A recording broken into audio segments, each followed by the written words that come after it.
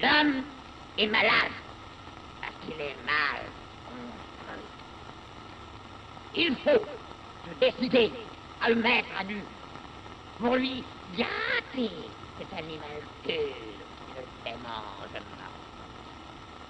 Dieu, et avec Dieu, ses organes, oui, ses organes, tous ses organes, car, tuez-moi si vous le voulez, il n'y a rien de plus inutile que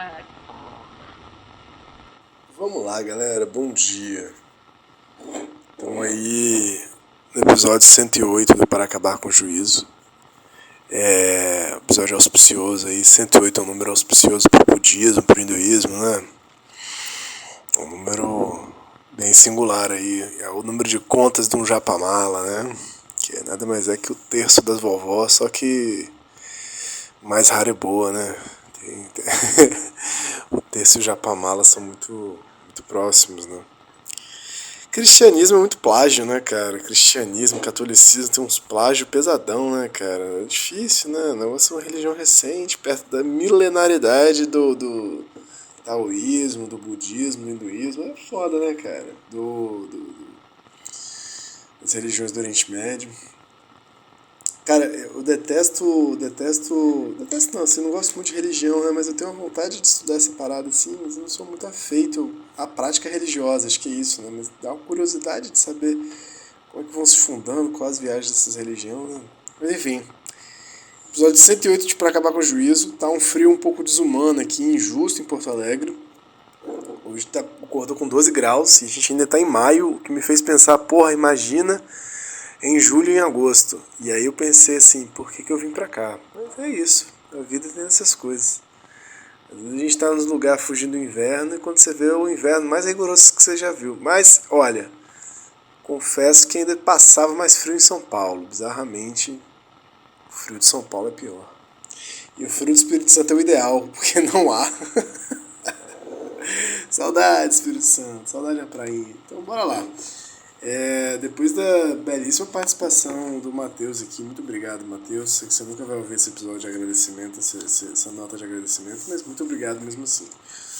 A gente se entra aqui no 3.3.2, intensidades na extensão, o signo. O que eu já reparei de antemão que é uma sessão bem grande assim, né? E que é essa gastação do signo do Deleuze, né, bicho?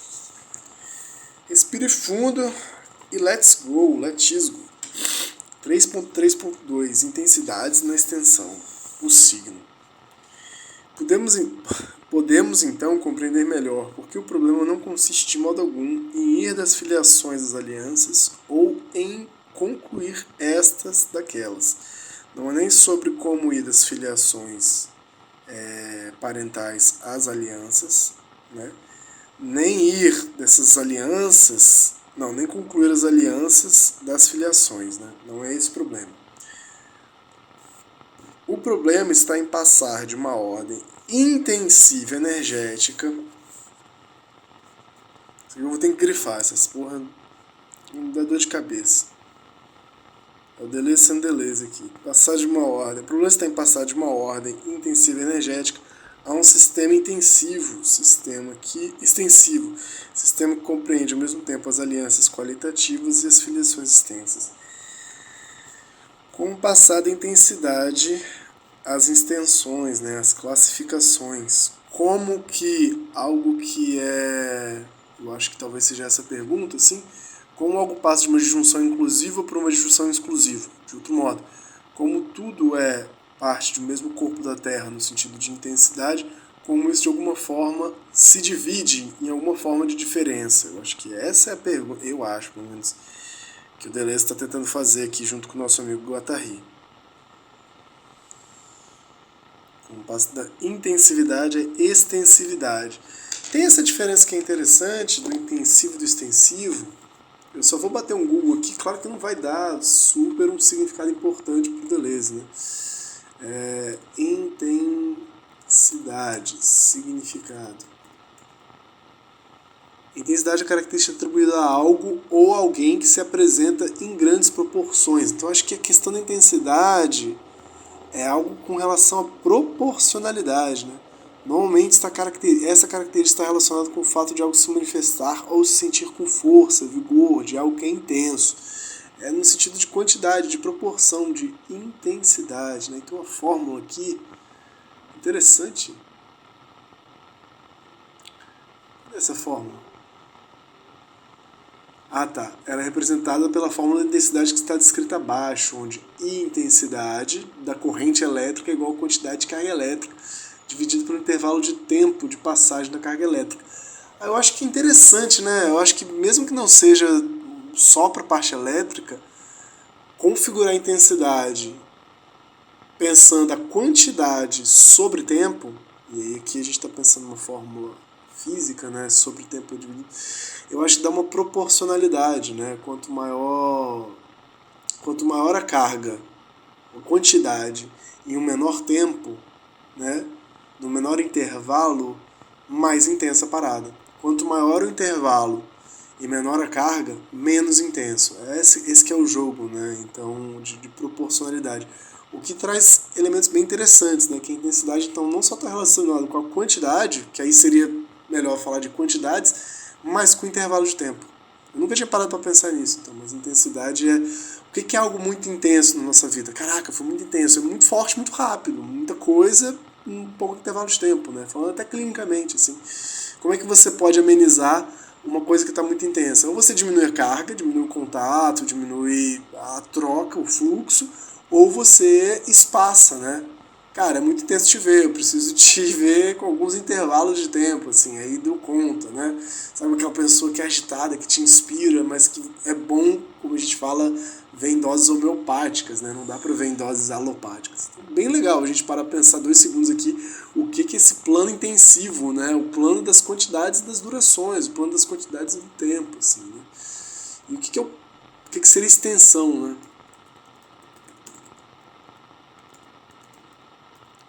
Olha, eu acho que foi até mais interessante do que eu pensava essa visita ao Google, assim. Ah, dimensão de algo em qualquer direção.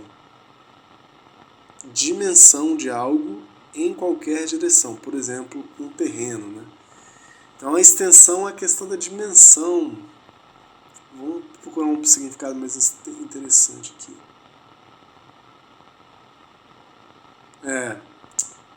Eu acho que extensão ação é efeito de estender, de ampliar, de aumentar, tem isso, né?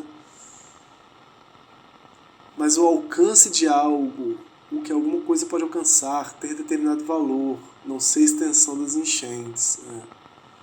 Um prolongamento sem tempo determinado, buscava uma extensão de sua estadia. Ah, tá, uma extensão no sentido de ampliação aqui também, né? Estado ocupado por alguma coisa, por exemplo, congestionamento em 45 km de extensão. Então, tamanho, né? Eu acho que tá mais essa questão de dimensão, extensão como dimensão, ou aqui tá até extensão territorial. Então, como é que passa-se disso, que é quantidade de carga e tempo, que de alguma forma está envolvida no plano das disjunções inclusivas, no sentido de que essa carga se distribui por um tempo, a carga, por exemplo, de uma comunidade, né? A quantidade energética disponível numa comunidade se distribui nesse tempo de maneira intensiva, né? É isso, produzindo intensidades, e de maneira um tanto quanto indistinta, uma vez que está tudo ali em interação intensiva, né? Está tudo de uma maneira muito interligada. E aí você tem esse plano de extensão que abrange certos limites, até onde essa intenção está interligada, até onde vai a consideração dessa interligação de intensidade. Pelo menos assim que eu estou entendendo. Cara, acabei de cortar o cabelo, eu cometi um leve erro de não ir tomar banho antes de gravar essa parada. Acabei de ver que meu livro tá cheio de pelo de cabelo. Eu tô com o cabelo curto, aí tá só uns pelinhos. Puta que pariu. Saindo aqui, vou botar um ovo e uma batata pra cozinhar e vou tomar um banho. Frio, né, galera? Vou botar até aqui a fórmulazinha que eu gostei, cara. Intensidade é igual a Q sobre T. Delta T, né? Demorou. Então Então o problema está em passar de uma ordem intensiva energética a um sistema extensivo. Também tem isso aqui, né? Passar de uma ordem a um sistema, né? Sistema que compreende ao mesmo tempo as alianças qualitativas e as filiações extensas. Demorou. Que a energia primeira da ordem intensiva, o numen, o nome, né, dessa energia primeira, da ordem intensiva, o numen, seja uma energia de filiação, isso em nada muda o caso, porque esta filiação intensa não é ainda extensa, não comporta ainda distinções algumas de pessoas, nem mesmo de sexo, mas apenas variações pré-pessoais em intensidade, afetando uma mesma gemelidade ou bissexualidade tomada em graus diversos. Primeira parte, assim, né, que energia primeiro da ordem intensiva, o numen, seja uma energia de filiação, ou seja, que vai produzir certas famílias, certos laços consanguíneos, não vai produzir família, mas vai produzir certas gerações biológicas, laços consanguíneos. Isso em nada muda o caso, porque essa filiação intensa, essa geração de laços consanguíneos, né, essa quantidade de vida que se espalha durante o tempo, né, acho que essa que é a questão, não é ainda extensa. Ou seja, é curioso, né? Você pode ter essa distribuição de intensidade de um corpo gerando um outro corpo, ou seja, de um humano nascendo de um outro humano, e não necessariamente isso ter uma extensão no sentido de classificação, de categorização como filho, como filha, né? Como você vai virar pai, não necessariamente. Há uma continuidade intensiva do meu corpo para um outro corpo, né? Mas não necessariamente há os atributos extensivos, acho que é isso. Não há de antemão atributos extensivos com relação a esses corpos, mesmo que tenha sido nascido, né, gerado a partir de um ou de outro. Não comporta ainda distinção alguma de pessoas, nem mesmo de sexo, mas apenas variações pré-pessoais em intensidade. Ainda não ganhou nome, né, cara? Acho interessante isso. Não há distinção alguma de pessoas nem de sexo, mas apenas variações pré-pessoais de intensidades, apenas acontecimentos, né, já diria Deleuze, afetando uma mesma gemelidade ou bissexualidade tomada em graus diversos. Beleza? Os signos dessa ordem, ou seja, os signos da ordem intensiva, são, pois, fundamentalmente neutros ou ambíguos. Foda. Conforme uma expressão de que Leibniz, papo de Deleuze, se servia para designar um signo que pode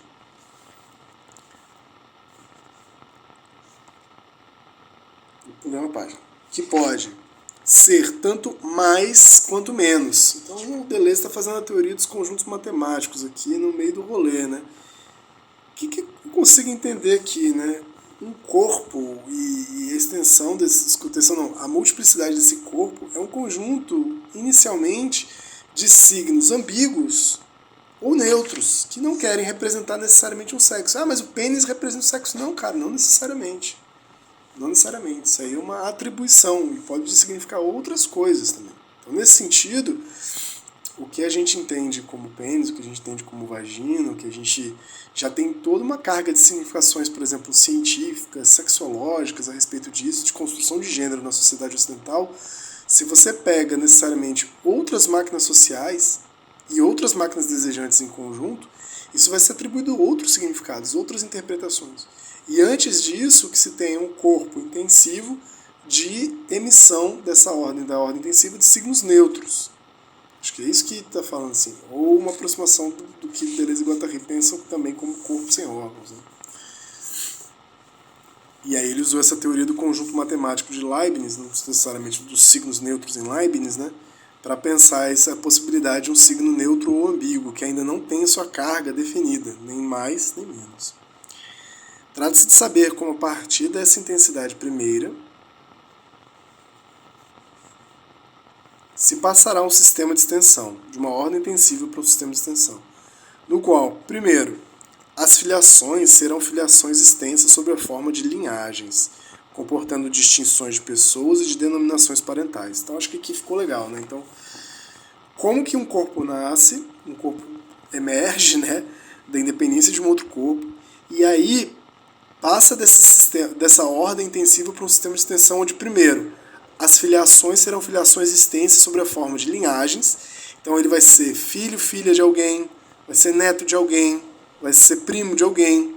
Ou seja, começa a se estabelecer essas linhagens ou outras denominações que a gente não necessariamente passa em outras sociedades que não a nossa ocidentalizada, que pensa essa família nuclear de filho, primo, né? Pode ter outros laços de parentesco, né? Não necessariamente esses distribuídos na consanguinidade, mas enfim, é assim que se entra nessa linhagem extensiva.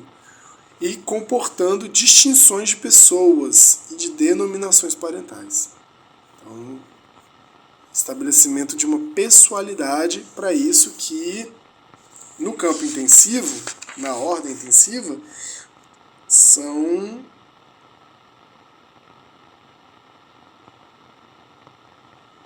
apenas variações pré-pessoais de intensidade.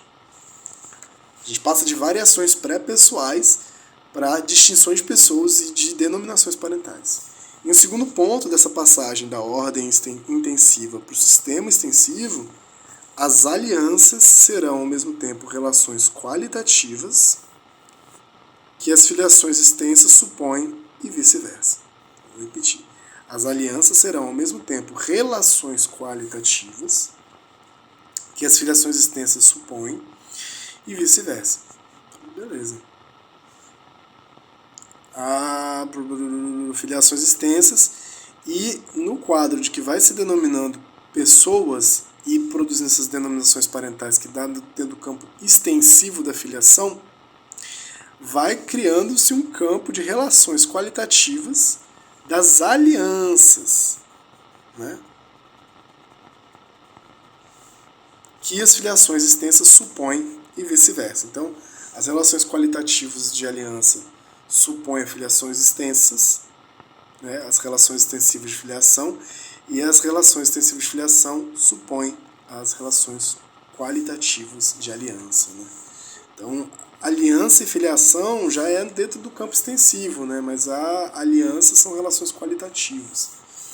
Pelo menos estou entendendo assim. E em terceiro, em suma, os signos intensos ambíguos foi ótimo, né? Lembra que os signos intensos são dessa ordem intensiva, né?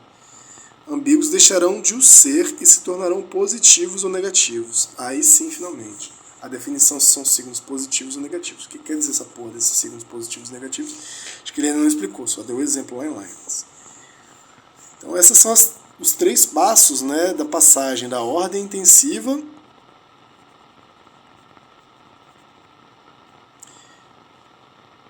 para um sistema extensivo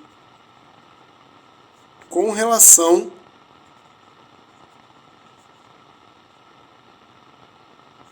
quantitativa com as alianças. Extensão, quantidade e intensidade. Vê-se isso claramente nas páginas em que Lévi-Strauss explica a proibição das formas simples de casamento entre primos paralelos e a sua recomendação aos primos cruzados. Caralho, vai vir um parágrafo grandão nessa viagem do Lévi-Strauss.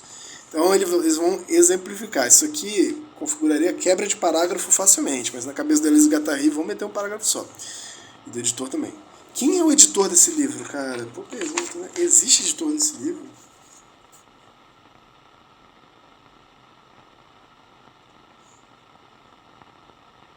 Não dá pra saber, né? Um dia eu vou pegar a edição francesa e vou tentar entender quem foi o editor desse livro. Deixa eu ver se ele tem aqui no final da página. Não tem, né, cara? Coitado do cara, ou da moça. Bom, enfim. Tá quase na hora já de acabar, né? Vê-se isso claramente nas páginas em que Lévi-Strauss explica a proibição das formas simples de casamento entre primos paralelos e sua recomendação aos primos cruzados. Então, como que o Lévi-Strauss explica a proibição das formas simples de casamento entre primos paralelos? Eu entendo talvez primos de, primos paralelos, não sei. E a sua recomendação, por um lado uma proibição, por outro lado uma recomendação, aos primos cruzados. A cada casamento entre duas linhagens, A e B, corresponde um sinal mais ou menos, conforme esta ligação resulte para A ou para B de uma aquisição ou de uma perda. Cara, isso aqui eu sinceramente não teria muita disposição de ler agora, de tentar pegar essa parada agora. Mas eu vou ler, depois a gente volta nessa caralho aqui, só pra ter uma notícia. Já anotei aqui que eu vou voltar daqui. Esse negócio de família, eu fico muito perdido, mano. A esse respeito, pouco importa que o regime de filiação seja patrilinear ou matrilinear. Em um regime patrilinear e patrilocal, por exemplo, as mulheres parentes são mulheres perdidas. As mulheres aliadas são mulheres ganhas. Cada família derivada destes casamentos vem afetada com um signo, determinado pelo grupo inicial conforme a mãe das crianças seja uma filha ou nora. Muda-se de signo passando do irmão à irmã, dado que o irmão adquire uma esposa, ao passo que a irmã está perdida para a sua própria família.